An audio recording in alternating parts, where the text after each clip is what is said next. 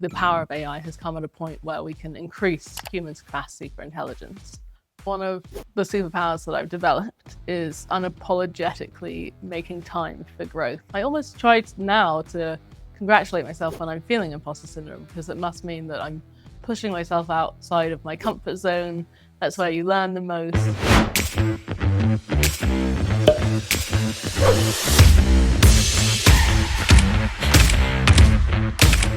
I'm a Londoner, and I think growing up in such a multicultural city has really instilled that awareness in me and drive for inclusivity and diversity and equity. It's been a constant thread throughout my career, which has been focused around education. I think education is the foundation for all real change. So whether it's been research, publishing, education technology, or now I'm in professional development and qualifications, the general mission for me is to make sure that education is as accessible as it can be for all. I think so right now, lots of people are talking about keeping humans in the center of AI, that human loop. And I think that will definitely be the case for now. I think obviously when people are thinking about AI, they're thinking about generative AI right now. Machine learning has been powering loads of education technology for the past 10 plus years. But it is really changing how we do content creation. It changes how people interact in class. Critical thinking skills have never been more important, because everyone's going to need to, if they are using ChatGPT or whatever, AI friend they have to answer questions for them, how are they going to take that criticality and check whether it's hallucinating? It's funny to think about when we were growing up, and I had an Encyclopedia Britannica on a CD, which I guess is still more high tech than when people had it in a whole library. But you'd have to really research to find the answers. And you could debate things for hours with a friend, swearing you're right. And now people just Google it straight away. It's a verb to Google and just gives you the answer. And you don't necessarily know to investigate it, make sure that it's true. I feel pleased that I had the kind of research and study skills embedded in me when I did. But also, doesn't every generation say, it was better in my day? And I'm excited for the digital native student now, what they're going to have in terms of skills and capabilities. Professor Rose Luckin, I really recommend looking into her. She speaks amazingly about AI and education, and her optimistic outlook. The power of AI has come at a point where we can increase humans' capacity for intelligence rather than decrease it. So just don't be delegating the skills that you want to keep as a human race. The NHS has so much data that could take 7 years to process on diseases, on patient data. Now, if it could be done in minutes, we're freed up to do other things and take that analysis and insights and drive change. We've got enough problems in the world with climate change and poverty and housing crisis and all those things that if we could harness the power of AI to do loads of computing processing for us, then we could do the things that humans have better strengths for. That's my TED Talk. I definitely grew up thinking that I could do anything that I put my mind to, which was wonderful. And my parents told me that every day. They still do. And then I went to a wonderful girls' grammar school in North London, which very much reinforced that message. It was often you see in media, kind of all girls' environments could seem quite cliquey. And actually, this was just very supportive. I always feel sad when people talk about all girls environments not being the one that I was used to. We certainly celebrated each other's successes. There weren't warnings of glass ceilings. It was quite a colorblind environment as well, which did mean that in our 20s, my friends and I started noticing the way reality bends to your gender or ethnicity. So that was, I wouldn't say a complete shock. So it wasn't a complete naive upbringing, but it certainly was not what we had been sold the world would look like by the time we were entering our professional careers. But I think it was a good thing, because it meant that we have these fundamental beliefs about ourselves when we're entering the world, about what we can do and accomplish. Perhaps if we had different warnings, we would have made different choices. Although now in reflection, I do wonder if I went into editorial and publishing, which is typically very female dominated, because subconsciously it looked like a space where I could see role models, I could see myself being successful. I couldn't advocate mentorship, coaching, and sponsorship more. The latter I only discovered a couple of years ago, but they're all fantastic. Mentorship was where I started, where I think most people would start. I've had informal mentors, formal mentors within the organization I've been working at and outside of it. Great challenges, but also they can share their experiences, which is really helpful. In the last year, I'm working with an incredible mentor who I approached on LinkedIn because I really admired his thought leadership and where he'd been spending his career. It was really interesting. And I just asked if he was available for a virtual coffee. The worst that could have happened was he didn't reply or he was too busy. And obviously, that's not the way it went. So that was wonderful. Coaching is a different kind of investment. It's very much you have to do all of the work. Coaches are fantastic at unlocking those eureka moments through asking the right questions. But you do get tired at the end of an hour or two session. I've had group coaching as well as one-to-one executive coaching, and having that support with the company investing in coaching for me has been really amazing. I've now looked and seen where I can support. There are other groups like the Young Women's Trust, which offers coaching or enables people to access coaching services from disadvantaged backgrounds, people who might currently be out of work or not able to progress in their career to a point where they might be getting executive coaching and the usual pathway. I just love that people are thinking and trying to make it more accessible for people. And then sponsorship is not telling you what to do like mentoring. It's not coaching in terms of helping you understand your strengths and get through difficult situations. It's more about opening doors for you. So using the networks and giving you presence in the rooms which might be closed to you otherwise when you're there and advocating for you when you're not there. I was selected on a formal program at my last company, working with the chief product officer, who was hilarious, intelligent, bold, and shaking up the company with great ideas. And so to work with him was a real pleasure. And it meant that I was invited to senior leadership meetings that I wouldn't have otherwise gone to in my day-to-day job.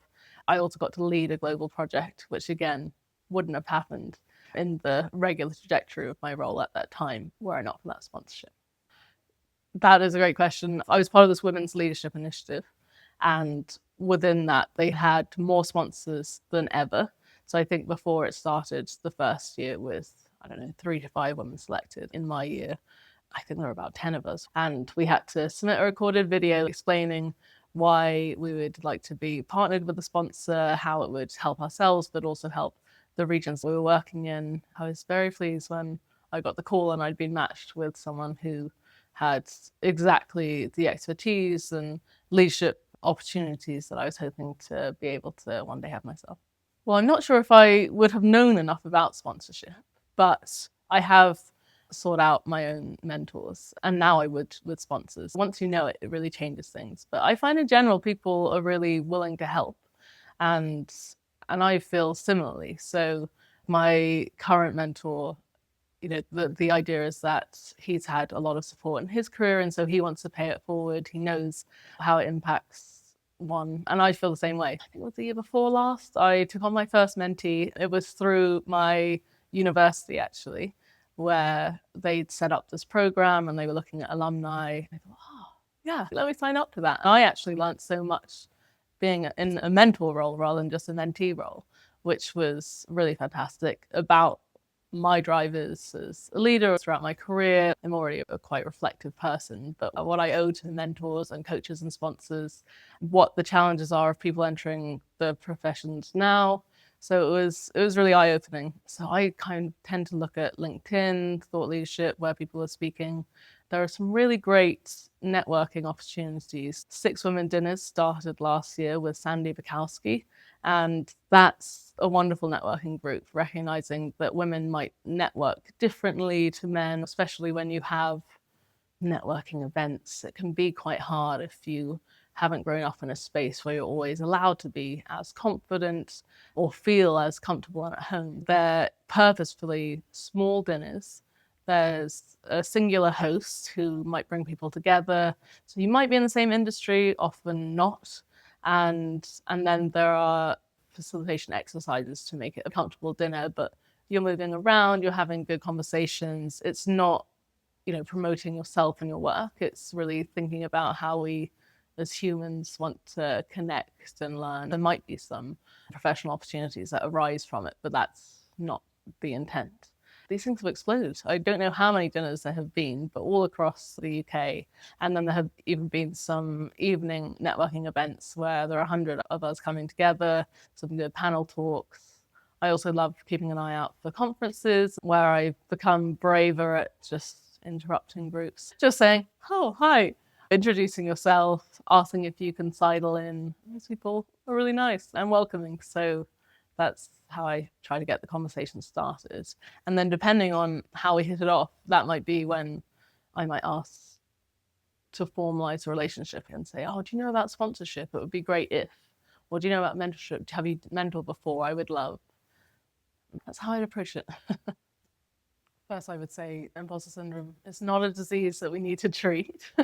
It's a very natural response to systemic challenges and environments which have made particularly marginalized groups, which bizarrely includes women, 50% of the population, for us to think that experts look a certain way, sound a certain way, have career experiences which might not exactly map to our own. So that's where it begins.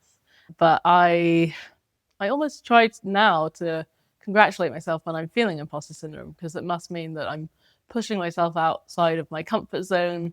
That's where you learn the most. On the flip side, I try to challenge myself if I'm feeling uncomfortable to think, what would a mediocre white man do? Because often they have misplaced confidence, which I think we all need a bit of. And try to focus on the experience that I do have rather than the experience that I don't have. I certainly always moved for the role rather than the discipline. So whether it's research publishing or education technology, the approaches to product discovery and product development are the same. So I'm always looking for the next biggest learning opportunity. There has been a clear thread around education, and the publishing industry in particular has lots of different facets when you're in the education academic side. But there are lots of touch points too, so it's quite a close-knit network in many ways. And then with my more recent role into what I would describe as still an educational institution in a way, so helping people in their professional development and their accreditation.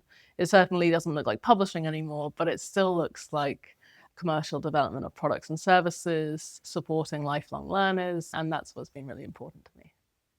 I definitely feel lucky that I started in a female-dominated environment when I was finding my own voice. I've seen the classic tropes where men might speak over women in meetings, they might reclaim an idea which was said 10 minutes ago, but it's got a lot more fervor and passion for it.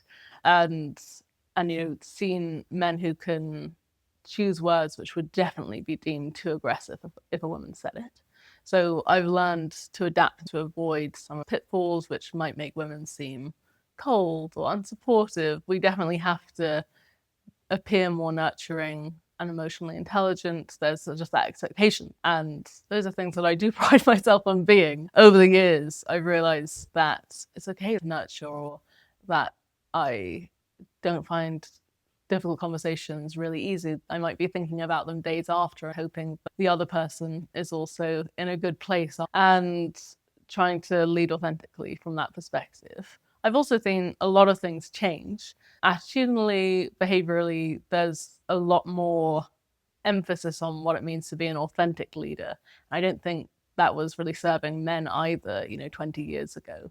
So that's been really exciting to see. And right now I'm working in the most diverse executive team that I've seen. And it's not just from an intersectionality perspective, although I think role modeling is very important, and making sure that people have different lived experiences that they're bringing to the table when they're making decisions for businesses. They also have really diverse professional experiences, and it makes a big difference. I'm seeing so many strong women who are inspiring me every single day, and they're speaking their mind. They are very empathetic people naturally and emotionally intelligent. And that gives me a lot of comfort and excitement about what leadership looks like now versus when I first entered my career. I'm also very pleased that I can create an environment where people can talk to me honestly if they are experiencing harassment or various other uncomfortable situations, that we can then address it very seriously and quickly together. I think sponsorship is something which not enough people know about. It's really about advocating for people, committing to helping them in their career by opening doors, making introductions, implementing opportunities for projects. I think it's really important that more women and men know about this. They can take the first step in becoming a sponsor tomorrow. You could identify someone that you're working with in your own company, or perhaps someone's contacted you for a mentorship opportunity, and you could change the direction and say, well, I'm happy to mentor you, but I'd love to act as a sponsor. I feel like my network could be really useful to you, and I'm excited about what your career could hold through this. Anyone can be a sponsor, and it just starts by knowing what it means, what it looks like, and choosing who you want to support. One of the superpowers that I've developed is unapologetically making time for growth. So time boxing for online learning, to attend conferences, go to webinars, those kind of things. And it's hard to do when the day-to-day is building up and you've got a lot at your desk, and suddenly that day out of the office comes around your calendar and you think, should I cancel this? I'm quite firm in saying, no, this is going to make not only me better, but it's going to enable me to work better for the company that I'm working for. You have kind of three options. You can work in your business, on your business, which leaders spend a lot of time doing, and then out of the business, which I don't always see enough leaders doing. And when you go to adjacent industry events, go to networking events, and you speak to other people, you learn so much that you can then take back to your business. I feel very passionately about why we need to carve out time for it, why you shouldn't feel guilty thinking, oh, well, I've got this other to-do list, so I'll push that off for another month to learn X, Y, Z. Because if you do that learning, then it's only going to help you in your job the very next day. Having said that, I will admit I do have a Friday afternoon hour blocked out every week for professional development and learning. And in the last 6 months, I have absolutely dismissed it. I thought, no, my to-do list is too important. But I'm in a new job, so I am actually learning every day. And I think once I'm out of this initial learning phase, I'll be able to make more time for it. It's really my commitment to myself. I will work harder to make sure that I do keep that Friday afternoon hour alive to start a course or to catch up on a webinar and things like that. I always start with reflection. So I'm very aware of my development areas. Sometimes I'm a little too hard on myself. So I might identify something as a real problem, and maybe I just need to fix a few areas. I used to think you should really focus on weaknesses, and now I focus on strengths instead, because they can compensate for things you might never be particularly good at, and that's okay. So how can you be playing on your strengths and just making sure that you're able to do them better in that area? I also think it's important to love what you do and to have fun with it. So I tend to choose learning, which I'm going to enjoy, because otherwise I'm probably not going to finish whatever course I've signed up to. I think having accountability buddies, I've really seen a strength in a couple of friends or colleagues who would also like to develop in an area. Let's say something like pivot tables and being better with that, which is certainly on the less fun of some of the courses that I do. But if a few of us are saying, oh yes, I'd love to be able to do VLOOKUP in a really confident way, then if you all sign up for that 3-hour course, then you can share learnings the following week. I used to run a team meeting monthly, which was called Sharing Learnings. And we'd have this joint database of courses that we've done. You could do the, would you recommend it? What were your key learnings? And it was a great way to get all the information out if you didn't have time or didn't want to make time to do that course yourself, but you could take some of the learnings and then you'd be sharing with the group. And when you talk about what you've learned, it reinforces the learning itself. I really like Acumen Academy. If you haven't come across it, they have lots of free courses and they have a social mission. So there's lots of courses which will help on all matter of things: public speaking, creativity, commercial acumen in non-profits as well as not non-profit, and looking at how we can work more with developing economies. So there's a nice mission element behind it. You can choose how long or short you want it to be. Some are live courses, so they'll start on a particular date and there will be a cohort and you can have those accountability buddies, and others are self-learning, which you can do in a couple of hours or less. It's nice to get a mix of those different courses. It certainly helps when I look through the catalogue to have something else that I'm interested in. There are lots of things that can't be controlled. My best advice is to completely accept that career development is down to you. There are uncontrollables, but still work within the things that you can control. Be reflective about your development areas. Seek out mentors and invite people to go for coffee. Maybe they'll say no, but it's not the worst thing. Push yourself out of your comfort zone repeatedly, and then you'll start seeing real changes. If you're waiting on other people to recognize you, to promote you, it's not going to happen. You have to start with self-promotion first, getting allies in the room. I don't think it has to look like a unrecognizably confident version of you if you're in a situation where you are feeling overlooked. And those can really damage and eat away at someone who might have felt very confident before a certain role. It has to be in a way that feels comfortable to you, but making little changes week by week will make a huge impact. Once you realize that it's all down to you and you have the power, or as much power as the system allows, you can start deciding what's important to you and how you can change it, making that time for professional development and learning, asking for an investment in coaching. All of those elements will at least make you feel like you've tried. You might ask for coaching and they might not have the investment, or you might make a really strong promotion case, which is important to be recognized in the current organization. Or if you're looking to move, you do want to have had that experience recognized, but control the controllable. Thank you. Thank you. Thank you so much. Oh, it was fun. Yes.